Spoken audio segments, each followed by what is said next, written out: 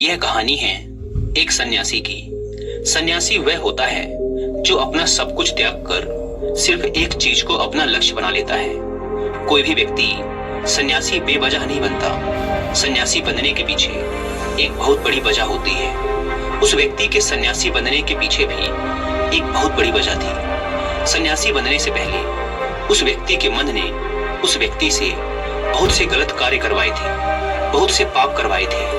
उस व्यक्ति का मन उसका मालिक बन चुका था और वह अपने मन का गुलाम। जीवन के हर सुख, आराम और ऐश्वर्य प्राप्ति के बाद भी उस व्यक्ति के मन में अथाह पीड़ा थी और यही मानसिक पीड़ा उसे सन्यासी बना देती है। सन्यासी बनने के बाद वह व्यक्ति सांसारिक दुनिया से दूर हो जाता है, जंगल में रहने चला जाता है, ध्यान करता है, तरह तरह की साधनाएं और अभ्यास करता है, भिक्षा मांगकर भोजन करता है, एकांत और मौन का अभ्यास करता है। लेकिन फिर भी उस व्यक्ति का मन शांत नहीं होता। वह अंदर से बेचैन और परेशान ही रहता है। यहाँ एक बात समझने वाली है कि ध्यान या किसी भी साधना का जो शुरुआती बिंदु है, उसकी शुरुआत ही तभी की जा सकती है जब हमारा मन शांत हो, जब हमारा मन हमारी सुनता हो। लेकिन उस सन्यासी का मन ना तो शांत था और ना ही उसकी सुन रहा था। उस सन्यासी के मन में यह बात गहराई से बैठती जा रही थी कि मन को वश में करना, मन पर काबू पाना असंभव है। लेकिन फिर एक दिन उस सन्यासी को एक व्यक्ति मिलता है जो ना तो कोई साधु सन्यासी होता है और ना ही कोई बुद्धिमान व्यक्ति। वह तो बस एक साधारण सा चारवाहा था जो उस जंगल में अपनी भेड़ों को चरा रहा था। वह चारवाहा उस सन्यासी के पास आकर उससे पूछता है, क्या मैं तुम्हारी कुछ मदद कर सकता हूँ? तुम बहुत परेशान लग रहे हो। मैं तुम्हें पिछले कई दिनों से देख रहा हूँ। तुम बहुत बेचैन रहते हो। अगर तुम चाहो तो मैं तुम्हारी सहायता कर सकता हूँ। चारवाहे की बात सुन सन्यासी कहता है, भला तुम क्या मेरी मदद कर सकते हो? तुम तो एक संसारी हो जो अपनी मोह माया में लिप्त रहता है। यह सुन वह चारवाहा उस सन्यासी से कहता है, मैं तुम्हारी मदद कर सकता हूँ। मैं मन को वश में करना चाहता हूँ। सन्यासी चारवाहे के मुंह से यह बात सुन जोर से हंसता है और कहता है, क्या क्या कहा तुमने? तुम मन को वश में करना चाहते हो? मैंने अपना सब कुछ त्याग दिया, आकर जंगल में रहने लगा। तब भी मैं अपने इस मन का गुलाम हूँ और तुम कह रहे हो कि तुम इसे वश में कर सकते हो।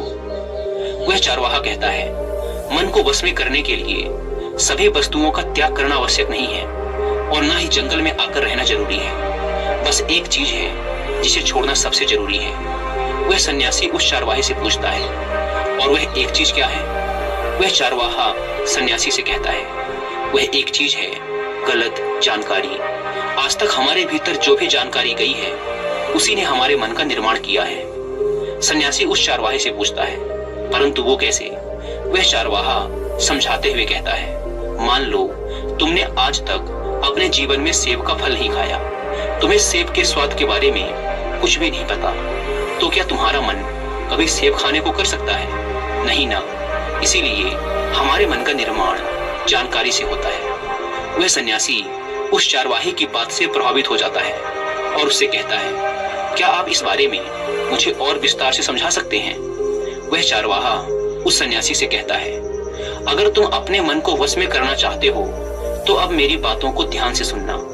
तुम अपने मन को वश में केवल तभी कर सकते हो जब तुम अपने मन की जड़ों को देख पाओगे। मन का निर्माण जानकारी से होता है और हमारे शरीर में जानकारी के 5 प्रवेश द्वार होते हैं। पहला, आंख। हम अपनी आंखों से जो कुछ भी देखते हैं, अच्छा या बुरा, वो सब हमारे मन की याददाश्त में इकट्ठा होता रहता है। दूसरा, कान। हमारे कान जो कुछ भी सुनते हैं वह भी हमारे मन में बीज के रूप में बो दिया जाता है। तीसरा, जीभ। जिस भी चीज का स्वाद हम एक बार ले लेते हैं वह हमारे मन की याददाश्त में अंकित हो जाता है। चौथा है नाक। जो भी हम एक बार सूंघ लेते हैं, खुशबू या बदबू, वो सभी हमारे मन में दर्ज हो जाती हैं। और पांचवा है त्वचा। जिस भी चीज को हम एक बार छू लेते हैं, स्पर्श कर लेते हैं, उसकी याददाश्त हमारे मन में कहीं न कहीं अंकित हो जाती है।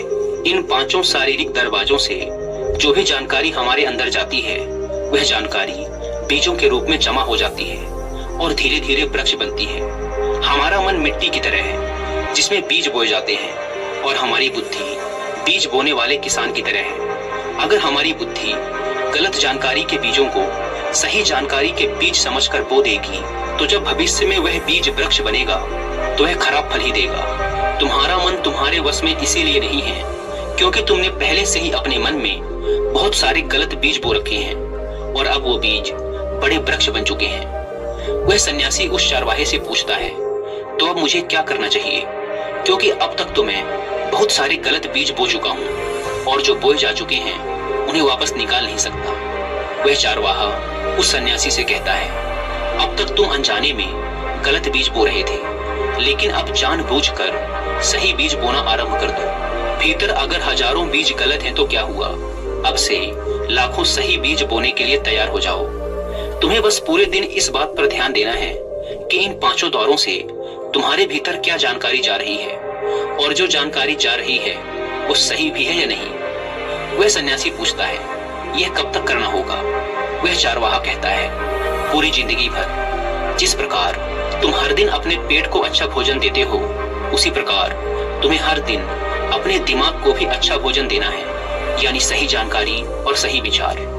जीवन में हर दिन हर पल तुम्हें सिर्फ दो विकल्प मिलेंगे, जिसमें से एक विकल्प तुम्हारे लिए सही होगा और दूसरा गलत, लेकिन तुम्हें हर बार सही विकल्प का ही चुनाव करना है।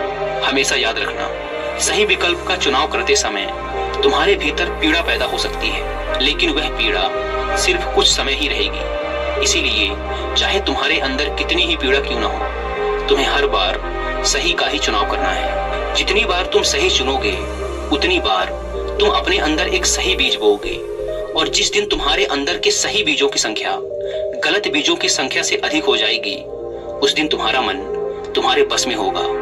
लेकिन उस दिन के लिए आज से, अभी से अपना प्रयास जारी रखना होगा। वह सन्यासी तो उस चारवाही की बात को समझ जाता है, लेकिन क्या आप समझ पाए?